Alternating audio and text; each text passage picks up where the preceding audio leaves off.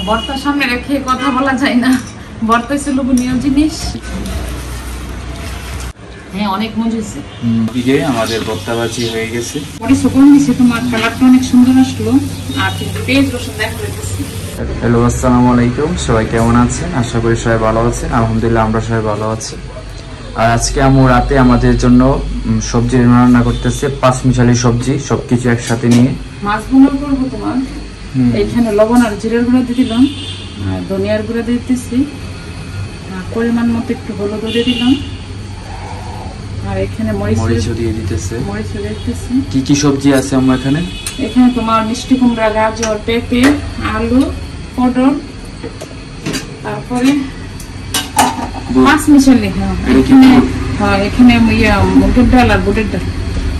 মুগের ডাল আর বুটের ডাল সিদ্ধ করে নিয়েছি, আর এখন ভালোভাবে আগে টাইলা নিয়েছি।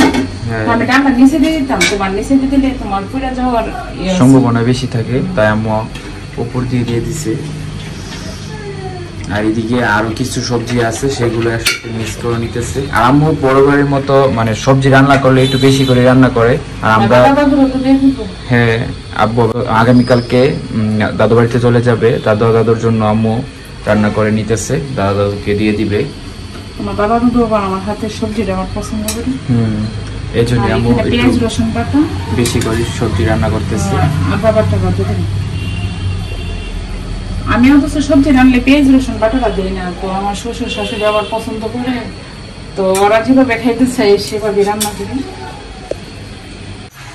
এখানে সবজি দিচ্ছে, আর এদিকে মাছ ভাজা খাইতেছি। কি মাছ এগুলো আম্মু? রুই মাছ। আর এদিকে রুই মাছগুলো ফ্রাই করে নিতেছি। বাজার থেকে একটু বড় রুই মাছ নিয়ে আসছিল, আর সেই রুই মাছটা কেটে আম্মু ফ্রিজে রেখে দিয়েছিল। আর রুই মাছ বোনা করতেছে, আর সাথে সবজি আছে, পাঁচমিশালি সবজি। আর এগুলো হচ্ছে আজকে আমাদের রাতের খাবার। বিশেষ করে সবজিটার জন্য অপেক্ষা করতেছি, সবজিটা অনেক মজা হয়। সবকিছু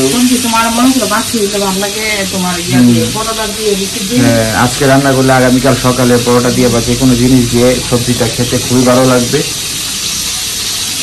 আর এদিকে আছে আমাদের রুই মাছ, আর এদিকে আমাদের পাঁচমিশালি সবজি হয়ে গেছে। আমি এখন পেঁয়াজ রসুন দিয়ে বাগার দিয়ে দিলাম। সবজিটা থেকে মাশাআল্লাহ অনেক সুন্দর একটা স্মেল বের হইতেছে। আর এদিকে আমাদের মাছ বোনা হয়ে গেছে, রুই মাছ বোনা। আজকের মতো রান্না শেষ, আর শুধু ধন্যবাদ দেব। আর এদিকে নানুবাড়ি থেকে আমি আম নিয়ে আসছিলাম, কাঁচা আম, মানে নানুমণির কাছ থেকে আমি নিচে পেরে নিয়ে আসছিলাম কাঁচা আম।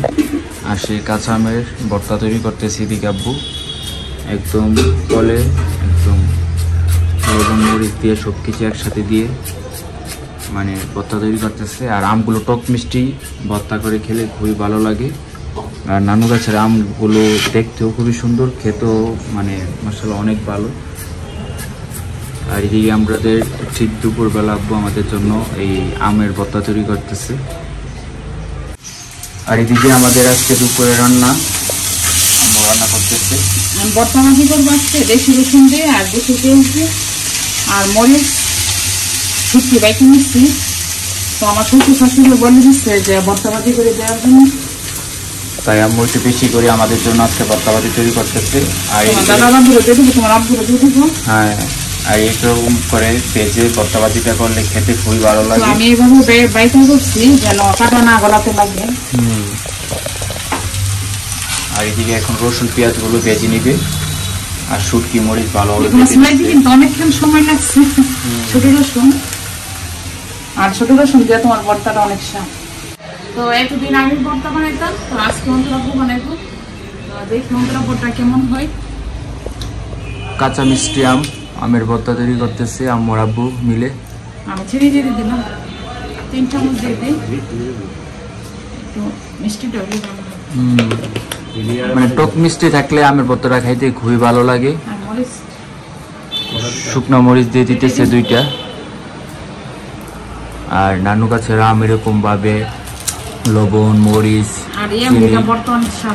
হ্যাঁ সবকিছু একসাথে মিক্স করে ভর্তাটা বানাইলে খাইতে খুবই ভালো লাগে। আর ওইদিকে আমার রান্না হইতেছে, ওইদিকে রান্না হচ্ছে, নিচতলায় কাজ হইতেছে, বাসা রং করা হইতেছে। কাজের শেষ নেই। হুম আর কিছুদিন ধরে অনেকদিন ধরে বাড়িতে যাইতে পারতেছি না আম্মারে দেখার লেগে, তো এমনি আম্মার খবর টবর নিতেছি ফোনে। ছোট মা দেনা একসাথে ভালো হবে আব্বু। এখন ভর্তাটা মেখে এমনি নিতেছে। কষ্টানি দেনা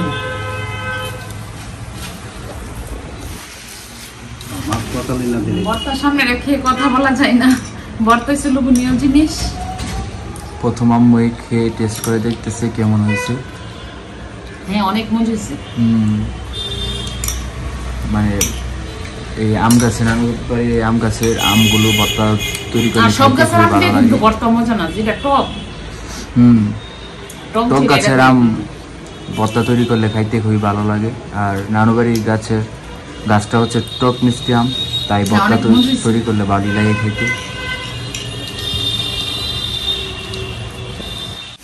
তো আমার পেঁয়াজ রসুন বাটাটা হয়ে গেছে, আর এই কালারটা থাকলে ভর্তাটা সুন্দর কালার আসবে। তো প্রথমে আমি সবজিটা দিয়ে দিই, মরিচটা দিয়ে দিচ্ছি। মরিচ শুটকি একসাথে আমরা এখন মিক্স করে নিবে। এদিকে হলুদ দিয়ে দিতেছে। হ্যাঁ পরিমাণ মতো একটু হলুদ দিয়ে দিলাম। এখন ভালোভাবে পেঁয়াজ রসুনের সাথে মরিচ তারপরে ভর্তাটা মিক্স করে নিবে।